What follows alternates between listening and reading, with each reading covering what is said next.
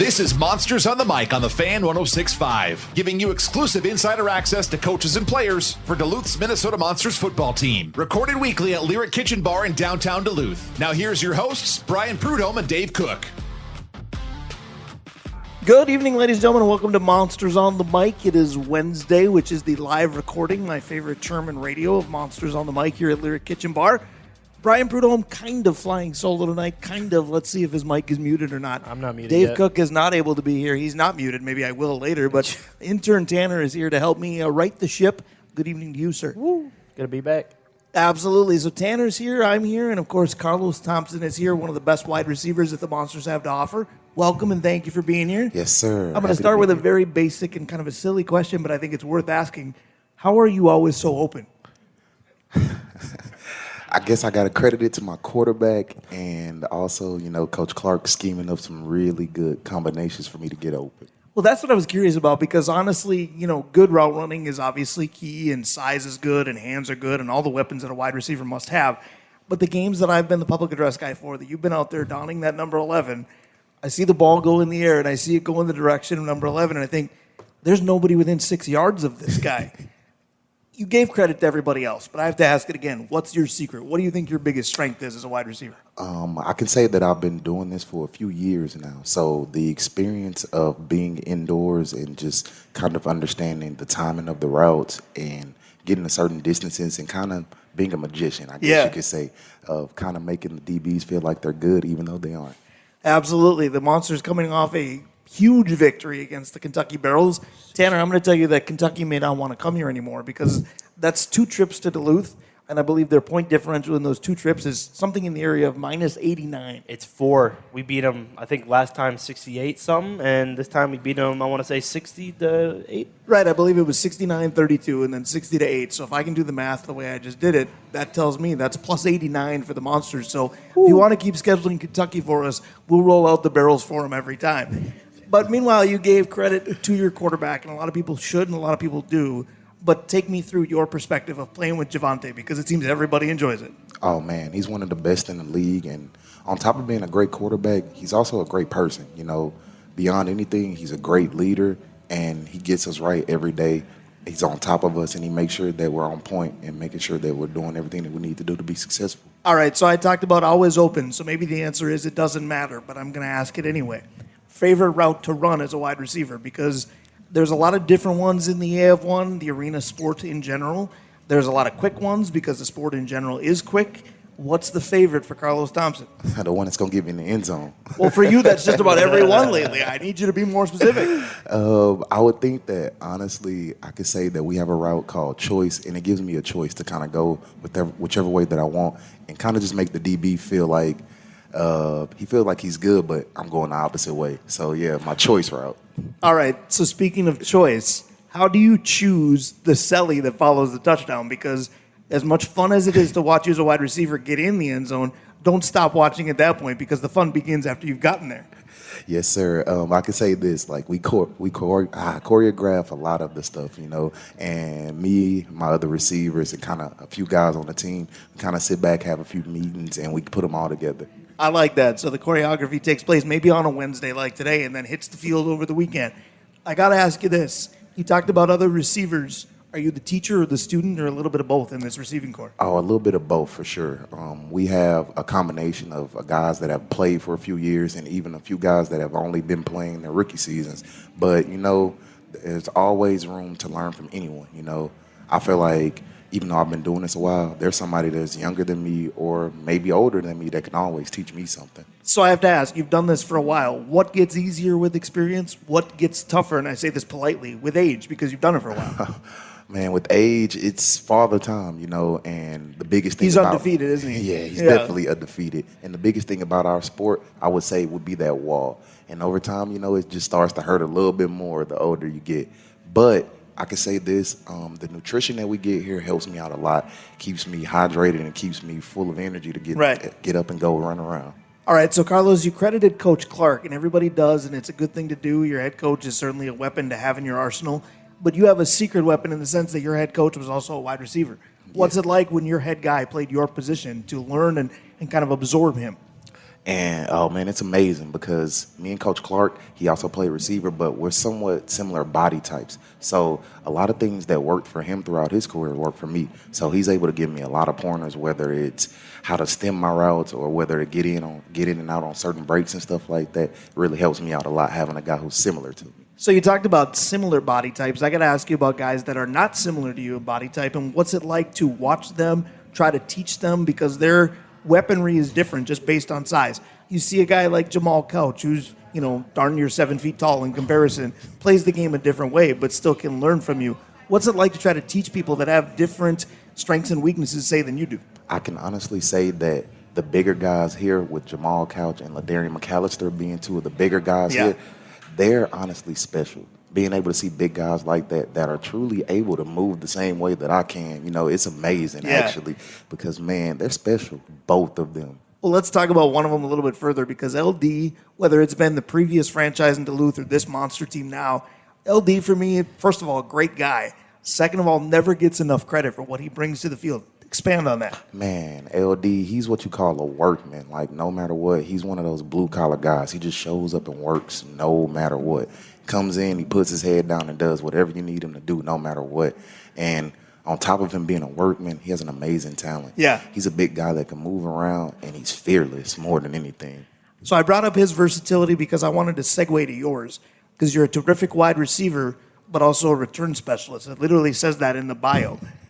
What's more, fun's not the word, but what's more exhilarating and more challenging? Being a wide receiver trying to get off the line in the arena game, or the chaos that is the return, whether it's off the wall, off the net, and here we go, you're going to get hit? Oh, I would definitely say the off the return net, because, man, you never know what's right behind you. Sometimes it'll come off of that net. You never know where it's going. And even sometimes you might get a good one off the net, and you turn around, and it could be a few guys right in your face, and you got to make something happen quick. Like I said, chaos is the only way to describe it. We're chatting with Carlos Thompson here, first segment of Monsters on the Mic for this week. Tanner's with me. I'm Brian Prudhomme. Tanner's our intern, but he's learned the game rather well. You've been at a lot of the games with different perspectives. Oh, yeah. I'm sure you've got questions for Carlos, too. I got a few, but I'm going to start off right. When you're on that line, what's running through your head? I mean, you got a lot of pressure on you to just catch that ball and get the end zone. I know it's fun, but what's going through your mind when you're up there? Man, a lot of the times, when I'm in high motion, I'm kind of thinking about, okay, where do I need to get to, and what is this guy in front of me trying to do? Because sometimes, mass majority of the time, DBs are shading some way. So if I know I got to get over here, I got to figure out some way that I can get in here and make him feel good about staying inside and then get back outside. It's a lot of intricate parts that come to it. But mainly, I guess I could say that I focus on the DB's feet and alignment more than anything. So I got to tell you this. Radio's not a visual medium, which is one of my favorite catchphrases, so you can't see Carlos right now. But I wish you could for a multitude of reasons. One, the smile is 200 feet wide. Secondly, he's kind of juking and running and describing routes with his hands the whole way through. So I feel like he's about to cut and leave us in the dust at any moment now, too. Got to talk about the vibe this week because, again, Tanner touched on it. 60-8 against whatever version of the Kentucky Barrels made their way up here last week. It always feels good to win. Is it a good thing to win that handily because you see your talent show out? Or do you get a little bit of afraid of, we start to believe in ourselves a little too much? You got to get back to work. I think for us, it was the perfect thing that we needed, especially coming off of a 2-game slide against Nashville and Michigan. We were needing to get out there and have a really good deciding victory to prove to ourselves what we can do out there on a daily basis and getting the firing on all cylinders heading into the last 2 games of the season before playoffs. Well, that's a good point, but I'd just like to ask, what's going through the locker room? How is the coaches going through it? You got 2 good, important games coming up here. What's the vibe like? Yes. After the victory, we enjoyed ourselves a little bit, but we definitely understood that it was back to work because we have an opponent right now. They're going to be a playoff team in Washington, and they've been playing really well over the past couple games also. So it's not like they're going to be a pushover. So we're thinking man, these last 2 games are pretty much playoff games for us and getting ready for it. Yeah, they really are. So I want to talk a little bit more about that opponent because it's the first one in a while that we don't know a lot about. We played Nashville multiple times. It felt like we were playing Michigan every other week. Kentucky's been here twice. Albany, we opened that way. All of a sudden, the Wolfpack are here, and we're looking them up. We're Googling, going, what are they about? What do you know from film study? What do you know from knowing them? Yes, sir. From film study, they're definitely a very high-flying team. You know, on offense, they definitely can put up a few points out there. And on defense, they actually have the leader in the league in interceptions. So their back end, they're pretty good. And, you know, I know a few players from there also, and I know they're going to come out fired up and ready to play hard against us. And we also have a few former Wolfpack players here. Yeah. So it's definitely somewhat of a grudge match, but also a very competitive game for sure. A little bit of revenge could be coming for former players. It could be a lot of fun that way. Still got a few minutes left in this segment. We've looked forward a lot. I want to look backwards. Now, the Monsters gave me your bio. They gave me everything I could ever want to know about your history. It's a lot more fun to hear it from you than to have me regurgitate it. Take us through your journey in football, your journey to Duluth, where you're from, collegiately, some of your influences. What made you the football player and the person you are today? Yes, sir. Well, I'm originally from Houston, Texas, and I went to Manville High School in Houston, Texas. Coming out of high school, I went to Texas Tech. Came out, went there to play receiver, and I was also a return specialist. After that, ended up at Independence Community College, where I was featured on Last Chance U at the moment. Yes, I was going to say, I had seen you before I saw you in the flesh because I like to stream good shows. Yes, well sir. done. Yes, sir. So I was on Last Chance U on Netflix, and then after that, I ended up going to Missouri Western State, where I graduated from there with my degree. And after that, I ended up playing my first year of arena football in 2021 for the West Texas Warbirds, where I won a championship. And after those years, it's kind of been up and down throughout the IFL. I went from Sioux Falls to San Diego, then back to Sioux Falls. And So how many run-ins with Claude Davis do you have in your Sioux Falls history? Oh, I man. hear that, and I think Claude's got to be in this story somewhere. yes, sir. Yes, sir. He was there for both of my stints in Sioux Falls. And, man, Claude is, man, I say it all the time. That's literally like He is my the big character, brother. yeah. Yes, sir. He's like my big brother. He's been my veteran in this, you know, guiding me throughout my career. Any decisions, you know, that I've made or just things that I've needed to know about the game, he's been there for me. So wide receiver, kick returner, hybrid, specialist, however we want to phrase it, I want to talk about your influences or guys that you emulate, because I hear that term and I think Dion, I think Dante Hall, I think Cordero Patterson, I think Mel Gray because I'm old. But tell me this, what are some of the guys that you emulated? Or maybe you didn't go that route first. Maybe you were, I idolized running backs and then wide receivers. But tell me who your NFL and other football level You hit it influences right are. on the head. Dante Hall Yeah, the was actually one joystick. of my influences. Yeah. Yes, sir. He was one of my mentors growing up.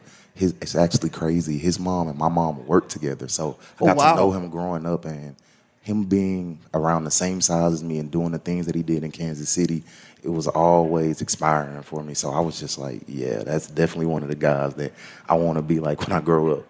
Funny how that worked out rather Yes, very sir. well. Houston, Texas guy. Houston Texans fan, or your NFL team of choice is? Houston Texans. Yes, sir. All right. Definitely a Texans fan. So you do a good job of critiquing quarterbacks. Tell me this as a fantasy owner as well. Can C.J. Stroud get this done? I definitely believe in CJ. We just got to keep him upright. See, my draft's coming up. I'm getting advice right now. I definitely love CJ. We just got to keep him upright, you know. That's pretty fair. It's amazing how that kind of contributes itself to every level of football. Give some credit to your O-line as well, because Javonte is wonderful, but Javonte is upright a lot. The reverse was true for Kentucky last weekend, because the poor kid playing quarterback was running backwards all night long. It's amazing what good protection can do. Yes, sir. Yes, sir, man. Our O-line, they are amazing. I'm going to straight out say it. We have the best O-line and D-line in the game. They are top tier. They're amazing. The guys we have rushing the ball, Shahill, Claude Davis, Shockey. It's just going down the line, Big Simile. And then on the O-line, all of them, Boyd, Gunner, my boy Kyler, man, everybody, Big Lee, they do an amazing job of keeping Javonte upright to be able to get me the ball. I got to ask you this, though. What's it like seeing the big guys run the ball? Because Claude, with one of the best rushing touchdowns I've seen in years of doing this, Gunner picking up first downs like it's a hobby. We got big horses carrying the football. What's that like from your perspective? Man, a lot of people don't know it, but I've known Claude has been a big athlete his whole life. Claude played running back. He's one of those guys cutback that was pure, man. He's an athlete that just kept growing. Can't help it that he's a big guy. But him, Gunner, man, all of them, they are big athletes. I tell them that all the time. Y'all are athletes. Y'all aren't just O-line and D-line, man. Man, you're feeding their head, and I'm not sure they need it, but you're absolutely right. Having the great trenches that you do, good O-line, good D-line, take me through a practice. I know you want everybody to be healthy, so tempers probably don't flare. But I would imagine with so much talent, your practices are pretty intense. Oh, it's competitive. It is competitive. Today, just alone today in our team period of practice, we had a competition period and literally tempers were flying, people flying into walls, everything, screaming, everything. But as soon as we're done, we're right back together as a family. And that's the best part about it. We can compete without being apart. Yeah, this team has certainly been a family-like atmosphere. Talk to me about Duluth. We're looking out the window during sidewalk days here this week, so it's busier than usual and a little more festive than usual. But I imagine Duluth, Minnesota probably wasn't on your radar for a while. Now it's a big part of you. What do you think of the city? What do you think of the crowd? What do you think of the atmosphere? Man, I love it. I love it. I'm very much a big nature guy, so being out here and getting This is your spot. This is the spot for me. Getting to see all the trees, the nature, just the beautiful weather, and being on the lake, and just how much the town embraces the Monsters, man. It's amazing. I love being here in Duluth. I was going to say, let's talk about Amsoil itself because crowd was loving on you for good reason. What's it like with that crowd, that atmosphere? It's amazing. It's one of the best crowds that I've been around. And I've been in some very traditional places, Sioux Falls, where the fans are there. I've been in a lot of places, and, man, the crowd here is amazing. Top tier. Yeah. What's it going to take to leapfrog maybe not the teams in front of you now with only a couple games left, but to be that playoff factor? Because football games, no matter the level, are won in the trenches. You just said that's a place where we have an advantage. When you look at teams like Nashville, Albany, Kentucky, if they can get it back together, you guys, there are going to be 6 playoff teams. I think there are 3 or 4 that are probably a little more favored than the others, but where do you see this team down the stretch? Man, I see us definitely, we can go to the championship. Yes, sir. I see us winning the championship, actually. We have great competition in the league, no knock on anybody else, but I see our talent as being just as top tier as theirs. It's just about coming in and executing, and the way that we started last week, we put the first piece into the puzzle. Yeah. You know? It was a good win, hoping for another this weekend. My last question is this. Earlier on, I talked to you about being the teacher or the student, and I think it's a little from column A, a little from column B. So I want you to tell me what's the number one thing you teach new guys coming into the league, regardless of position, and what's the number one thing you're still learning, even being a veteran? The number one thing that I teach, it's always coming in and understanding your role on the team and understanding what the team needs from you more than anything. Once you get to the professional leagues, we've all been stars in places and things of that. And coming in and understanding your role is probably the biggest thing more than anything. And understanding where you fit into the puzzle. And the biggest thing that I've learned more than anything is just to continue to have fun with it and love it more than anything. There are millions of people out there that wish that they can be having the opportunity that we're having to play football. Yeah. And you got to embrace it every day. Well, I'll tell you this. You can embrace radio. I think you got a future in this. Carlos Thompson, this was fun. Sir. Round of applause for him. That's segment number 1. We got 2 left. Dontorian Best, saving the best for last. Stick around. He's coming right up. We'll be right back.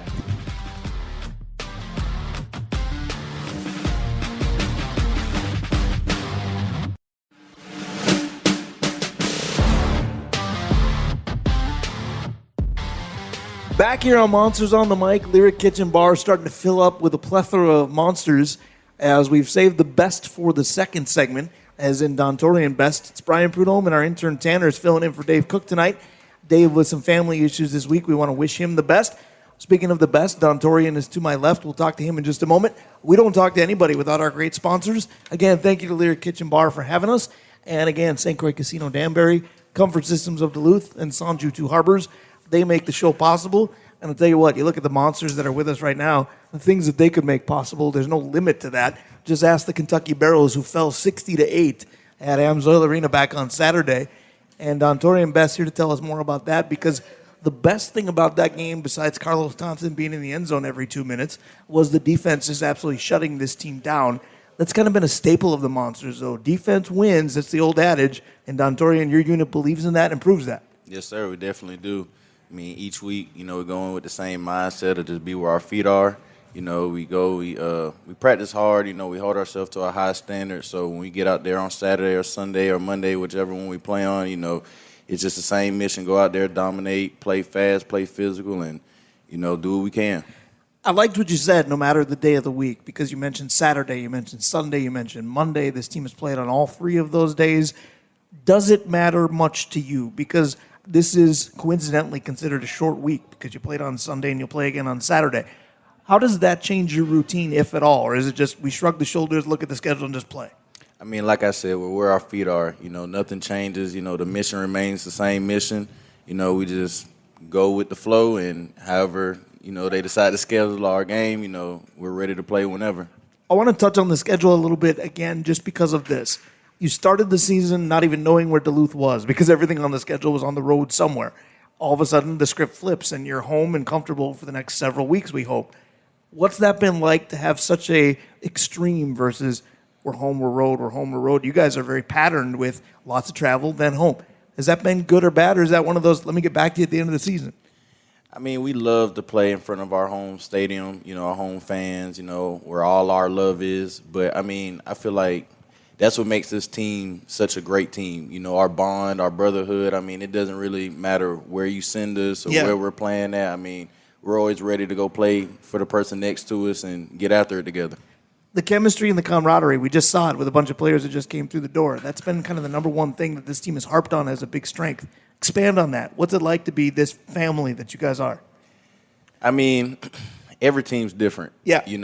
Sometimes it takes a little longer for teams to, bond together. But, I mean, I feel like since day one, this team came together. Everybody had pretty much the same mentality, same mission to come in, want to win, want to dominate the league, especially help Jake out with, being the first year in the AF1. Yeah. The only thing on our mind was pretty much come in and dominate. It's that simple sometimes. What made that happen so quickly? Was it guys like Javante, who have been in the city for a few years and can show you whatever you need to see here? Is it guys like Claude, where you put them in picture city here and he's going to lead? That's his personality. Was it all of the above, or what made it happen so quickly that it meshed so well? I feel like it's all of the above. I mean, we have some great leaders on this team that have been in this indoor and arena league for a very long time. Speaking on Claude and, Torrey and Randall, you have a bunch of veterans across the board, Javante, that can come in, and especially for a younger guy like myself, when bullets get to flying, and you're in the heat of the moment, them guys can always come and talk to me, and they always do, and that's one thing I really praise them for is, taking their time to help, a rook out. And they just come in and, have a few words with me, settle my nerves, and everything's back to normal, and that's pretty much how the whole season's gone with pretty much everybody, no matter if you're a veteran or a rookie. Right. That's a great thing to hear. You mentioned Delvon. I have to ask about last Saturday's game. Who knew the playbook better, the Barrels receivers or Delvon Randall? Because catch was made, Delvon's in a lap. End of play. Man, I don't know, man. That guy's a legend, man. He's best in the league, and I mean he's one of the best leaders we got on the team. And each week, no matter if it's the secondary or the D line, we know two's gonna be back there doing his job. So I'm gonna take low hanging fruit because you just called Delvon Randall best in the league, one of the best at what he does. Your last name is Best. How many puns have been made about your name over your success over the years? I mean, it's a lot, man. It's just, it definitely sounds good. I definitely love it, but I mean, I just can't let it get to my head. Yeah, I mean, speaking of the practice and the teamwork, I mean, practice hard, play hard, right? Yes, sir. What is that like looking at practicing for the upcoming games? Playoffs are coming up after these two. I mean, what does it look like in the practice to try and make sure everything's straight and all the guys are looking good? I mean, just how Carlos explained it, I mean, each day when we put those pads on to go to practice, I mean, it's just in a competitive environment. I mean, we hold each other to a very high standard, so it doesn't matter if it's just a walkthrough or just a meeting to go over film. Everybody's locked in. Everybody knows what the mission is and what the goal is at the end of the day. So especially when we're out there on the field practicing, we really take it serious to make sure that everybody knows their role for that upcoming game. I want to piggyback off something Tanner just said because he mentioned the playoffs, and they are looming, and it's fun for him and I and Zach and other guys that are affiliated with the team to think about, man, the playoffs are going to be fun. It's going to be intense. There's going to be good matchups, all that good stuff. There are 2 big weeks left. How do you not look ahead and think of postseason when there's so much work to be done? You think it's easy, but at the same time, playoffs is win or go home. How do you keep the right mindset week in and week out? Well, I mean, this is professional ball, so each week it doesn't matter what the record is or what they did the week before y'all. You always have to come in with the same mindset of just dominate and take care of business, because any week could be that week where you fall short. Dontorian Best is our guest for this segment. Dontorian, I just want to talk about your position because to me it's the most intriguing on the field. Because I talk to a receiver, we talk about routes. I talk to a DB, we talk about covering routes. I talk to a lineman, we talk about either protecting or getting after the quarterback. At the linebacker position, whether it's the jack or the mac or whatever in the world they want to call it, you guys are everywhere, and you are literally, as I watch you play, this guy is all over the field. That's got to be fun to have that freedom, but at the same time, how many assignments do you have? Take me through the difficulty and the challenge of your position. Okay, well, the jack position, is a little different than coming from outdoors. Yeah. I can't drop straight back like I would like to sometimes. You could, but it wouldn't go well. Exactly. I get a little flag thrown off. Yeah. But, at the jack position, we can only drop backwards 5 yards. We're in a 5-yard box until the ball is thrown or the quarterback rolls out. So, at first, it felt like it was kind of holding me back, because I couldn't move as freely as I wanted to. But like I said, them older guys with Javonte being the quarterback and, having to play against guys like that and Randall and Claude and them being able to give me their taste on the experience that they've been around this game for so long, like it just helps me so much. And I felt like I was able to just really flourish pretty fast off of the fact that they've helped me so much. So let's talk about something you said in that answer. You said, if I drop back too far, we'll get a flag right away. The only thing that I'm seeing watching this team is going, there's yellow laundry on the field way too often. Discipline's got to be harped on right now because the flags are out there quite a bit. Yes, sir, it definitely is. That's something that, we take accountability for, we get on each other about. But, at the end of the day, my guys are hungry to go out there and make a play for the team, so sometimes we kind of, give them a little pat on the butt, and tell them to be all right, we just got to clean it up. Well, and that's what I was going to ask about because some of it is, penalties by definition are self-inflicted wounds. That's the way that they're viewed. But at the same time, some of it is being aggressive. If you're offside by a half a second, that's just trying to get after the quarterback. If you're roughing the passer, maybe it's, hey, there's different technique you could use. How do you truly fix that? Because everybody says we got to be more disciplined. We got to cut back on the penalties. Easy to say. How do you do it? You just got to look yourself in the mirror, and really realize, like, did I need to take that extra step? It's just little small things, but like I say, in the heat of the moment, when you're out there really trying to make a play for the team, sometimes, you make a little hiccup. So with the limitations that you have with the 5-yard box, what automatically becomes the biggest challenge once the ball is snapped? Once the ball is snapped, just pretty much not staring at the quarterback. Knowing my reads, knowing where I need to drop to help my guys out in the secondary, because like you said, my role is very important. And those sit-down routes and those little windows that those guys like to get in there, like I have to be there. If I'm not, it just puts a lot of work on my secondary. Now, I'm not going to take shots at the Kentucky quarterback. I don't need to do that. The scoreboard last weekend spoke for itself. But it was one of those games, and I'm a big Viking fan, judge me accordingly. But I thought back to when Christian Ponder was not available and Joe Webb had to play a quarterback position at Lambeau Field. And everything was going well when the Vikes were handing off to AP.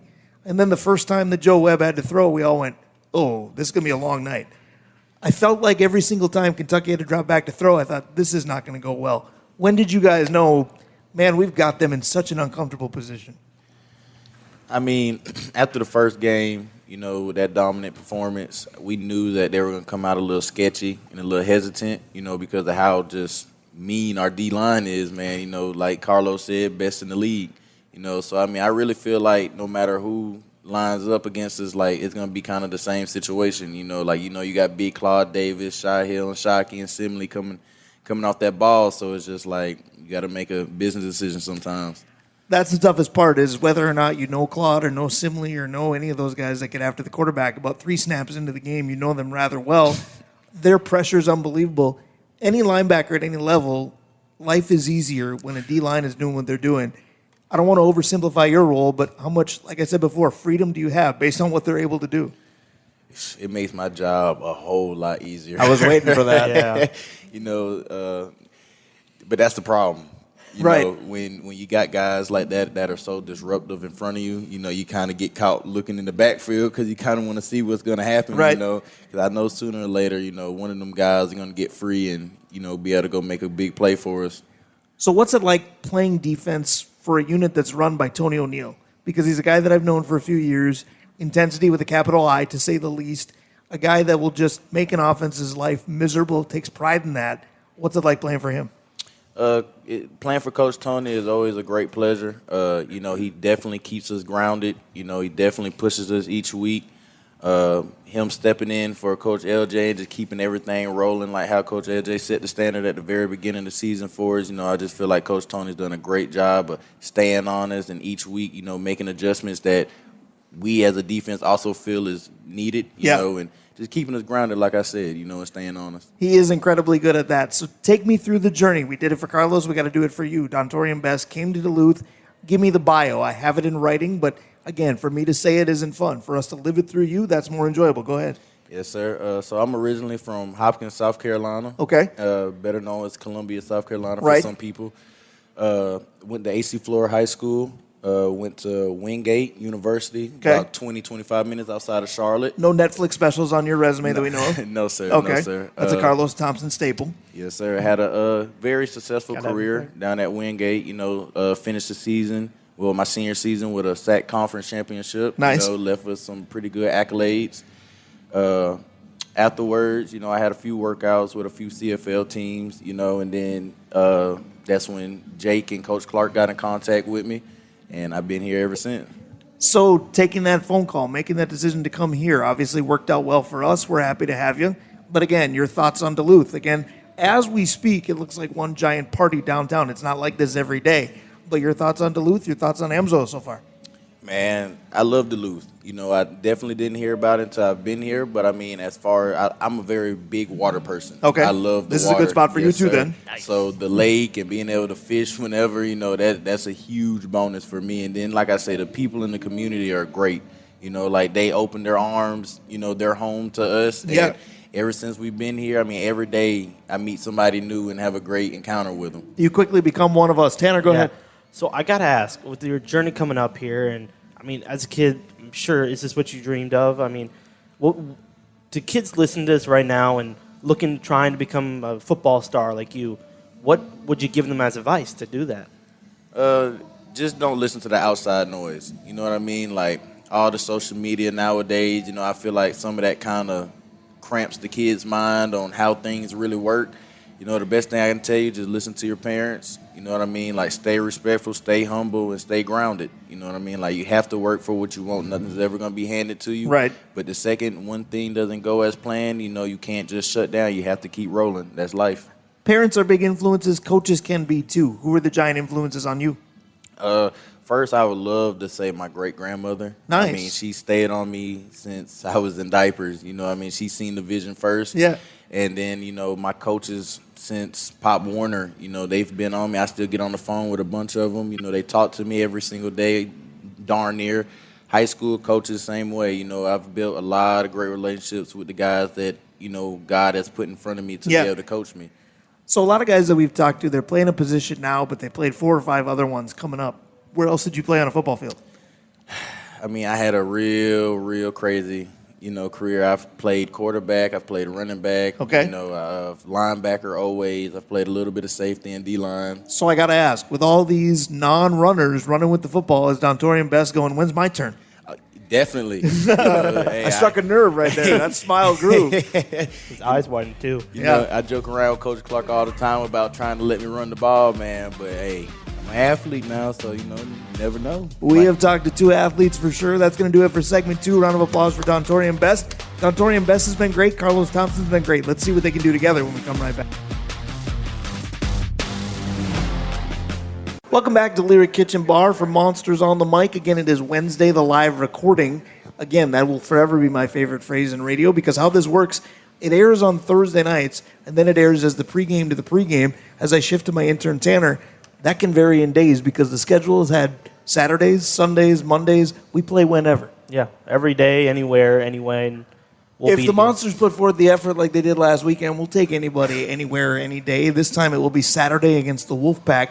And again, we only talked vaguely about them. I feel like we should get a little more into what they bring. One of you, I think it was Carlos, mentioned they have a league leader in interceptions. Javante is a quarterback that can carve up a defense, but that's at least something to be wary of. Tell us a little bit more about what we know about their secondary against you guys. Yes, sir. I've actually played with and against a few guys that they have over there in the secondary, and I can honestly say that they are some good players. We've all made it to this level for a reason, and they're not going to come out and lay down for us. But we're going out there and we're going to carve them up and we're going out there to dice it up. I do like the confidence. Meanwhile, the offense confidently goes about their business, but offenses against us struggle to do the same. What do we know about what they offer offensively against you? I mean, offensively, we know they have a pretty big front offensive line, but like I say, we got our big guys up there also that they got to worry about for that whole game. They have some pretty explosive wide receivers, but, we have one of the best secondaries in the league also. So, we're not too worried about it. Tanner, I think I need to spend more time with Dontorian Best because it doesn't matter how good I talk about how somebody might be. If it's not on our team, Dontorian just kind of shrugs it off like, yeah, they're fine, but we'll be fine without it. We'll carve them up. For both sides, we'll start on defense, of course, but looking at this lineup, who's the scariest guy we're going against? I mean, to you, who's the main guy to worry about? Honestly, I don't think that we're just worried about any guy. We're more worried about going out there and executing and doing everything that we need to do. We know that they have players, and that they're on the same level that we're on and that they're professionals and they're going to come out and play hard just like us. But our main thing to focus on is execution and doing what we do. I was going to say the only problem with that question is you asked a guy who's not afraid of anybody. So he wasn't going to say anything in response to that question. David versus Goliath over here. More than anything, they don't have anything to lose. Everything coming in every week, they're gaining something. So they're going to come out and give you their all no matter what. They're not going to lay down for you because, like you said, they're clawing and fighting to get into the playoffs. All right, I got to have some fun with the way that this team is made up between the both of you. Let's ask some questions that are kind of an informal poll. We're going to make you guys ineligible. You can't answer as yourselves. Most underrated athlete on the team? Oof. Underrated athlete. I honestly have to say I got to go with one of our O-linemen. It either has to be Gunner or I probably would have to say Boyd. A lot of the D-linemen that I would think, most of the people know that they're pretty athletic for the mass majority. So underrated athletes, I got to go with Big Gunner or my boy Boyd for sure. All right, Dontorian, same question. I say either my boy Simile or I say Trey Jones just off the strength that he just got here. All right, fair enough. If you're on a game show and you have to have a teammate as your partner and it's, say, Jeopardy, you need the smartest guy on the team, who's going to win you the big money on a game show? Ooh, big money on a game show. I'm going with Claude because he's old. He got a lot because of knowledge. he's old. Yeah, I can he see got him a on lot of Family knowledge. Feud. Because he's old. He's a little bit. He got a little bit of experience. So you think if U.S. history was the category, he was there? Oh yeah, definitely. All right, that's fair. Same question. I'll probably say my boy Tory Boyd. All right. Shout out for Howard, I believe. I could totally see you guys doing a Family Feud segment one of these days. I'd laugh my butt off. I'm watching the two of them basically do the newlywed game here. See if they can get each other. Yeah. Go ahead. But I got to ask with the style. I mean, fashion's become a big thing in sports and athletics recently. Who's on the team do you think has the best fashion? That's tough. That's tough, tough, honestly, because I can honestly say we have a very fashionable team. We got some guys that can, how do they say, that can put it on nowadays? Yeah. What do the kids say? Has the drip now? Yeah, they got the drip, man. It's more Rizzy. Ooh, that's honestly. I probably say Phoenix likes to try and have his best show on, Nice. especially for game day. Nice. Phoenix, and I would probably say I gotta go LB, my boy LeBaron. He puts LB, on some good clothes. He would be for very sure. proud to hear that. I hope my he's boy listening as he LB. gets that. All right, let's flip the script. With all due respect, who's the guy that you're going, man, you got to go somewhere other than Walmart to get your clothes? You know they got somebody in mind because they laughed immediately. Hey, You know they have an answer. I'm gonna go ahead and say Shahil. Hey man, boy. you took it right out of me. You took it right out of me, bro. Some friendship for this one. Hey, but my boy Shahil, he's very low maintenance. My boy Shahil, give him a white T-shirt, some black shorts, and he all good, man. All right, who on the team is most likely, and I know some of them do on the side, but who on the team would be most likely to coach the game at a high level? Randall. Delvon Randall. Yes, sir. Wow. No hesitation. Carlos nodded immediately. Is that the same? I would go Randall, or I would probably go Brian Robinson. He does it. He's Wow. actually a head coach right now as we speak. See, with the guys that I've talked to, the guy who talks like a coach the most, it's Simile for me. He just talks He does like one. coach. He does coach. Yeah. So, you hit it right on the head. He is a coach also. Okay, which player on the team could play professionally doing something else? Like who could hoop? Who could play baseball? I say our QB1. QB1. Javante, what sport? Baseball. Wow. Okay. Or basketball. I mean, that's not what I expected, but hey, I'll take Yeah, it. that's not what I expected either. And Big C-Fo can hoop. A lot of people don't know that, but C-Fo can get a bucket. I would Big appreciate C-Fo that. could get a bucket. All right, let's have some fun. And I'm looking right at Tori because he would probably be my choice. Maybe he's listening closely enough here. Who would you like to see, even if it wouldn't happen? Who would you most like to see? And this is for Carlos first on purpose. Who would you most like to see handle kick returning duties? I want Tory Boyd back on the return. Okay, you know what's crazy? He does it at practice, though. That's the thing. So, I have gotten to see that one. But if I had to choose one person, it would probably have to be my boy Big Simley, man. Big Tone. Yeah, I love to That see would him be fun. get back there and That run would be fun. ball. I'll give you that. I would say that or Gunner would be enjoyable. Dontorian, what do you got? I really say Claude. Well, that was my pick, too. Yeah. I think Hamza Lorena's waiting for Claude to do that. We If all there was know ever a Claude game- would take full advantage Yeah. back Yes. there. The arena would explode with Yes. excitement. If there was ever a game where we should have done it up comfortably, it was last weekend. But you don't want to risk getting a guy like that injured in a play like that as well. Exactly. Poll question. Be careful here. So it's a league that has kicking. Love or hate the fact that kicking is involved? I love it. Being a return man, that's another opportunity for me Right. to do what I do. So I love it more than anything. Yeah, I say I love it also. Kickoff I feel like is the tone setter for the game. And I feel like if you get rid of the kickoff, it takes a lot of that excitement out of it. So it's Brian Prudhomme and the intern Tanner. We're having a little more fun than usual here. We've let our hair down collectively, although I don't have much. That's why I wear hats so much. With Carlos Thompson and Dontorian Best, we're playing What If, basically, with this team. Tanner, go ahead. Who on the team is the parent of the group? I mean, who's out there I gotta during vote the for that game? one. I mean, I got to know because I got some in my brain. I want to know if I'm right or not. As the father of the radio station steps in the building. Great question. Well, it's kind of obvious. His name gives it away. The Claude. Yeah. Yes, sir. He's definitely, the one who kind of looks out for everybody. And, we have more guys. Also, Big Boyd also. Don't let it go over your head, man. He don't just protect the quarterback. Right. He protects us all. All right, so all you guys can selly, all you guys can dance. Dance competition for this team. The winner is? Kyler. Wow. Definitely He didn't even blink Kyler before saying it. No Edwards. hesitation. You weren't even knowing your sentence. He dances Definitely 24/7. Kyler, for All right. sure. Next question, we're going to individualize this. Carlos, I'll start with you. You are a wide receiver. Who on the team that is not wishes they were a wide receiver? It's two of them. It's Javante Hayes and Delvon Randall. Of course man. DBs do. You The know old he's been adage thinking is about that. DBs are wide receivers that forgot how to catch, right? Yes, sir. But I can honestly say, if we needed them to, either one of them could make the transition over. They're pretty good athletes. All right, so Dontorian, you're a linebacker. Who on the team wishes they were or wants to play defense, maybe who doesn't? Shannon Brooks. Because know the that. man believes he can do everything, right? He can do everything. All right, we'll get back to more questions like that in a moment, but you mentioned Shannon. The entrance on Sunday was very Minnesota Gopher-esque. But the entrance was pretty cool with the sway back and forth, the American flags, and basically this entire unit storming the field versus individuals being introduced one by one. Your thoughts, because a lot of people said goosebumps, chills, coolest moment I've seen. What went through your heads? I feel like we just like to go out and try and keep the crowd, into it. We want to keep y'all excited. We want to bring something new each week, and keep y'all at the edge of your seats. Yeah. Gave me a lot to read about. Carlos, what'd you think about it? Man, I loved it. More than anything, it was very much us coming out and showing that we're a very unified team and that we have a lot of camaraderie on our team and that we are playing for each other, and showing that we're a united front.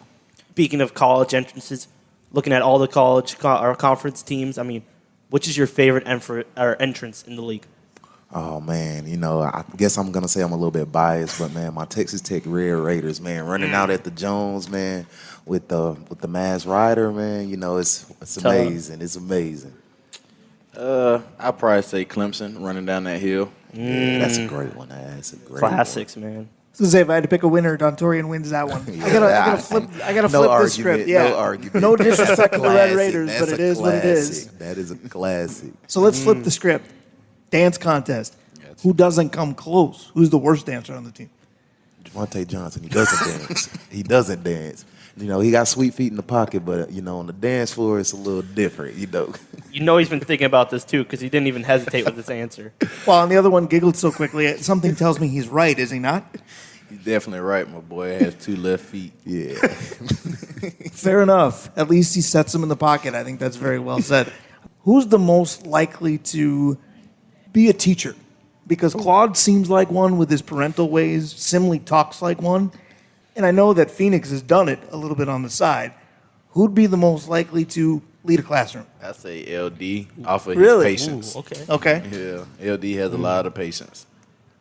fair enough. I think that it would be Jamal Couch, honestly. He has a personality, you know, like he has an amazing personality, and I just think him being around kids would be a good thing. All right, so that answer gave me my next question super easily because I've had Jamal Couch on the radio with me 2 times last summer. The first one, he was afraid of his own shadow. The second one, once he wasn't, we had to say, okay, we got to go to commercial. Once he got started, he didn't stop. You guys have been fabulous. This show's been fun. We're going to wrap it up this way.